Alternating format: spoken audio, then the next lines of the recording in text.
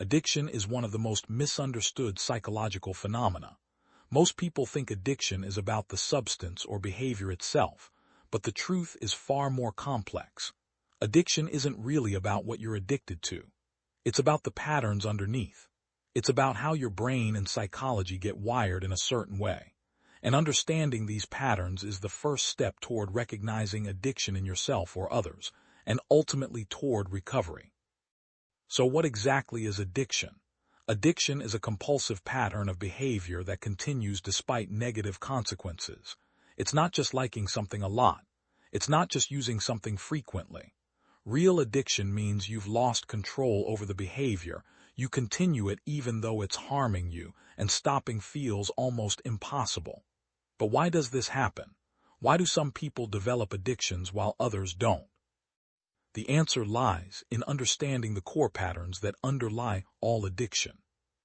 The first pattern is the reward cycle. Your brain is designed to seek rewards. When you do something that feels good, your brain releases dopamine, a chemical that signals satisfaction and reinforces the behavior.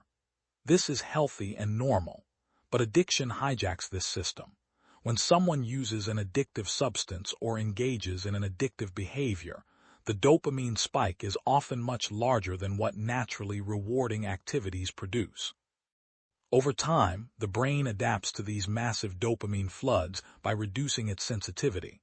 This is called tolerance. You need more of the substance or behavior to get the same effect. But here's the crucial part. The brain also starts to anticipate and crave the reward before you even use. The craving becomes as powerful as the actual experience. The reward cycle becomes a trap. The second pattern is escapism and avoidance. Most addictions start as a solution to something uncomfortable. Someone drinks to escape anxiety. Someone gambles to escape boredom or financial stress. Someone uses social media to avoid loneliness or difficult emotions. The addictive behavior works temporarily. It does provide relief, but it's only masking the underlying problem. The anxiety is still there. The boredom is still there. The loneliness is still there. So the person has to keep using to keep escaping. And over time, the escape becomes the primary motivation, not the pleasure. The addiction becomes a coping mechanism for emotional pain. The third pattern is the reinforcement of negative beliefs. Addiction often reinforces a distorted self-image. Someone might start using because they believe they're not good enough, not worthy of connection, or incapable of handling life's challenges. The addiction seems to prove these beliefs true. They fail at work, they damage relationships, they lose control. These failures then reinforce the original negative beliefs, which makes them want to escape more, which leads to more addiction. It becomes a self-fulfilling prophecy. The person's identity becomes wrapped up in being an addict. Breaking the addiction means challenging this entire belief system about who they are. The fourth pattern is the cycle of shame and secrecy. Addiction thrives in darkness. People hide their addictive behavior because they're ashamed. This secrecy becomes part of the addiction itself. The double life, the lying, the hiding, these all create additional stress and shame that needs to be escaped. So the addiction gets worse. The shame intensifies. The secrecy deepens. And the person feels increasingly isolated and trapped. The shame becomes inseparable from the addiction. Many people will continue an addiction they hate, simply because they're too ashamed to ask for help or admit the truth. The fifth pattern is the loss of alternative coping mechanisms. Before addiction develops, a person typically has other ways of dealing with stress or difficult emotions. They exercise, they talk to friends, they have hobbies, they engage in their community. But as the addiction deepens, these alternative coping mechanisms fall away. The addictive behavior becomes the only way they know how to handle discomfort. Their brain literally forgets other options. So if they try to quit the addiction, they're left without any way to manage the emotions underneath. The withdrawal from the emotion is often worse than the withdrawal from the substance. This is why so many people relapse. The sixth pattern is the progression and escalation. Addiction rarely stays static. It gets worse over time. Early on, someone might use occasionally and feel in control. But the brain's adaptation to dopamine, the tolerance that builds, means they need more. They also tend to escalate the risky behavior. Someone might start smoking casually, then daily, then heavily. Someone might start with social gambling, then move to problem gambling with higher stakes. Someone might start checking social media a few times a day, then hourly, then obsessively. The brain becomes increasingly dependent on the behavior to feel normal. Without it, there's anxiety, irritability, and profound dissatisfaction. This escalation makes it harder to quit because the stakes have become much higher. The seventh pattern is the trauma connection. While not all addiction stems from trauma, there's a strong relationship. People who have experienced trauma, abuse, neglect, or significant loss are more vulnerable to addiction.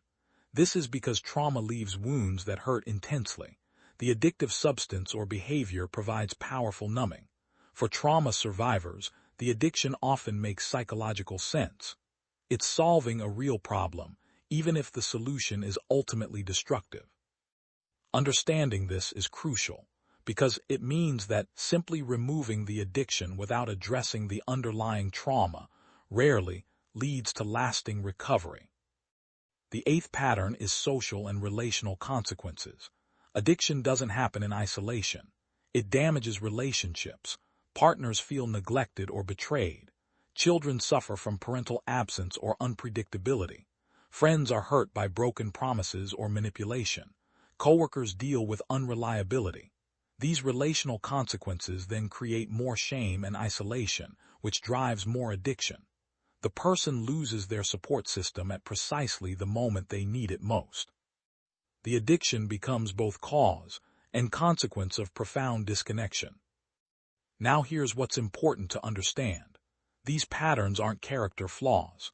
They're not moral failings. They're psychological mechanisms that anyone's brain could get caught in under the right circumstances. Addiction is a disease of the brain's reward system, the emotional regulation system, and the decision-making system. It's real, it's powerful, and it's not something someone can simply think their way out of or willpower through. But understanding these patterns is valuable because it shows that addiction is treatable. Each pattern can be interrupted. The reward cycle can be rebalanced.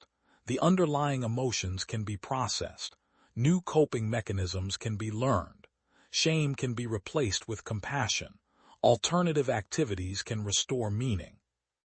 Recovery from addiction requires addressing all of these patterns simultaneously. It requires cognitive work to challenge the distorted beliefs. It requires emotional work to process the pain underneath. It requires behavioral work to build new habits and coping mechanisms. It requires relational work to rebuild trust and connection. And it often requires professional support because the patterns are deeply embedded. The brain has learned these patterns so thoroughly that going it alone is incredibly difficult. The most hopeful thing about understanding addiction patterns is this: patterns can be rewritten. The brain is plastic. It can form new pathways.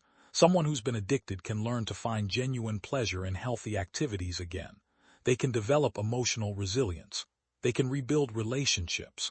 They can create a life worth living that doesn't require escape. The addictive patterns aren't permanent. They're learned, and what's learned can be unlearned. But it takes time, support, and commitment. It takes understanding not just that someone is addicted, but why. It takes compassion for the pain that the addiction was trying to solve, and it takes belief that change is possible.